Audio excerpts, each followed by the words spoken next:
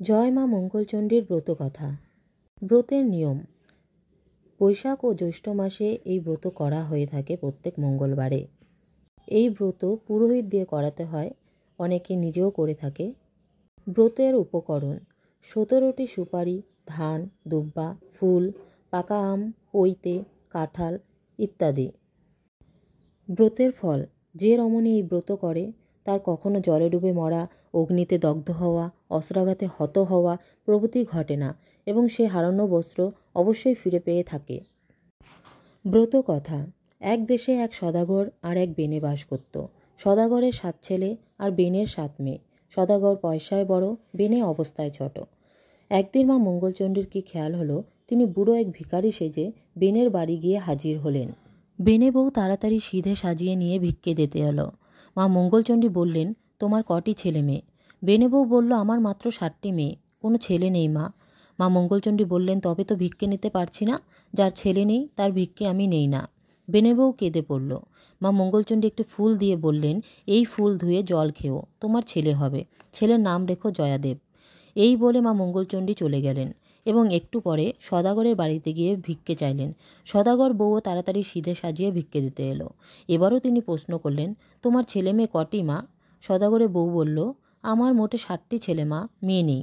মা মঙ্গলচণ্ডী বললেন, তবে তো ভিক্ষে নিতে পারছি না, যার মেয়ে নেই তার দান আমি নেই না। সদাগরের বউ কেঁদে পড়ল। মা মঙ্গলচণ্ডী একটি ফুল তার হাতে দিয়ে বললেন, এটি ধুয়ে জল খেও, দেখবে তোমার ফুটফুটে এক মেয়ে হবে, নাম রেখো জয়বতী। এই বলে মা মঙ্গলচণ্ডী চলে গেলেন। সময় মতো বেনে বউয়ের একটি ছেলে আর সদাগর বউয়ের একটি মেয়ে হলো। জয়দেব ও জয়াবতী ভূমিষ্ঠ হলো। জয়াবতী ফুল তোলে, মা মঙ্গলচণ্ডীর পুজো করে, জয়দেব ঘুরে বেড়ায় মনের আনন্দে। একদিন হলো কি, জয়দেবের পায়রা গিয়ে জয়াবতীর কাছে হাজির হলো। জয়াবতী পুজো করছিল। পায়রাটি সোজা গিয়ে তার কোলে আশ্রয় নিল। জয়দেব ছুটতে ছুটতে সেখানে এলো, বলল, আমার পায়রা আটকে রেখেছ যে? জয়াবতী বলল, আটকে তো রাখিনি, ও আশ্রয় খুঁজছিল, আশ্রয় দিয়েছি। খুব যে লম্বা লম্বা কথা, আমার পায়রা ছেড়ে দাও। জয়াবতী পায়রা ছেড়ে বিবাদ মিটিয়ে নিল। পায়রা উড়ল, জয়দেব পায়রার পিছু পিছু ছুটল। কিছুদিন পর জয়দেব ও জয়াবতী এখন যুবক যুবতী। দূর থেকে একে অন্যকে দেখে দুজনের দুজনকে ভালো লাগে। শেষে একদিন জয়দেব তার মাকে সাহস করে বলেই বসে, মা, আমি জয়াবতীকে বিয়ে করব, তুমি সব ঠিক করে ফেলো। জয়দেবের মা বলে, ওরা বড়লোক, ওরা কি আমাদের ঘরে বিয়ে দেবে? ওদিকে সদাগরকে স্বপ্ন দেখালেন মা মঙ্গলচণ্ডী। বললেন, বেনেদের ছেলে জয়দেবের সঙ্গে তোর মেয়ের বিয়ে দে, নইলে তোর মেয়ে বাঁচবে না। সদাগর ভয় পেয়ে গেল এবং জয়দেবের সঙ্গে জয়াবতীর বিয়ে দিয়ে দিল। অনেক টাকা কড়ি গয়নাপত্র যৌতুক দিয়ে মেয়েকে স্বামীর ঘরে পাঠালো। পালকিতে চড়ে স্বামীর সঙ্গে শ্বশুরবাড়ি যাচ্ছে জয়াবতী। হঠাৎ তার মনে পড়ল, আজ যে মঙ্গলবার, জয় মঙ্গলচণ্ডীর ব্রত করা বাকি আছে। তাই পালকির ভেতর বসেই সে বিড়বিড় করে মন্ত্র পড়তে লাগলো ও মা মঙ্গলচণ্ডীকে প্রণাম করতে লাগলো। জয়দেব তো হেসেই খুন, বলল, এসব কি হচ্ছে? জয়াবতী বলল, জয় মঙ্গলচণ্ডীর ব্রতটা সেরে নিচ্ছি। জয়দেব বলল, এই ব্রত করলে কি হয়? জয়াবতী বলল, জলে ডোবে না, আগুনে পড়ে না, খাড়ায় কাটে না, হারালে ফিরে পায়, মরে গেলে বেঁচে ওঠে। জয়দেব মনে মনে হাসে আর ভাবে, পরীক্ষা করে দেখব। তখন একটা মস্ত জলার ধার দিয়ে তাদের পালকি যাচ্ছে।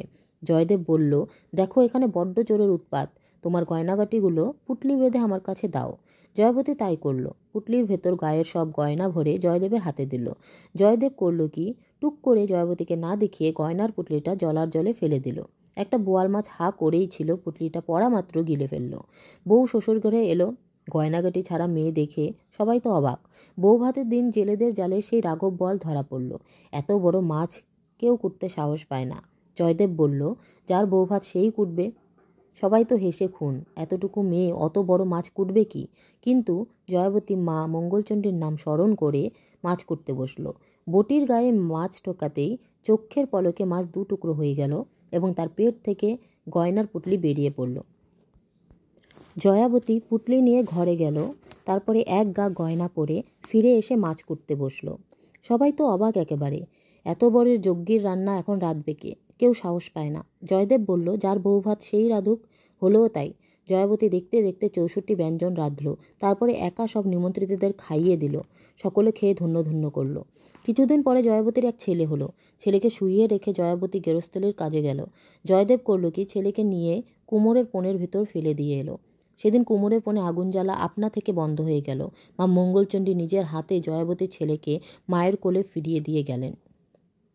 আর একদিন জয়দেব ছেলেকে পুকুরে পুঁতে রেখে এলো। এবারও মা মঙ্গলচণ্ডী ছেলেকে ফিরিয়ে দিয়ে গেলেন। আরেকদিন জয়দেব ছেলেকে কাটারি দিয়ে কাটতে গেল, কিন্তু তার হাত আর নামে না। হাত উঠে আছে তো উঠেই আছে। জয়াবতী এসে দুঃখের সঙ্গে বলল, এত করেও তোমার বিশ্বাস হলো না? জয়দেব বলল, এবার আমার বিশ্বাস হয়েছে, তুমি আমাকে ক্ষমা করো। তারপর জয়াবতী এসে ছুতেই সে কাটারি শুদ্ধ হাত নামল। এরপর জয়াবতীর আরও অনেক ছেলে মেয়ে হলো। জয়াবতী শ্বশুর শাশুড়ি নাতি নাতিনের মুখ দেখে স্বর্গে চলে গেলেন। এখন জয়দেব আর জয়াবতী দুজনে এক মনে এক প্রাণে বছরের পর বছর মা মঙ্গলচণ্ডীর ব্রত করেও যেতে লাগলো। যখন তাদের বয়স হলো, স্বয়ং ভগবান স্বর্গ থেকে একখানি পুষ্পক রথ পাঠিয়ে দিলেন।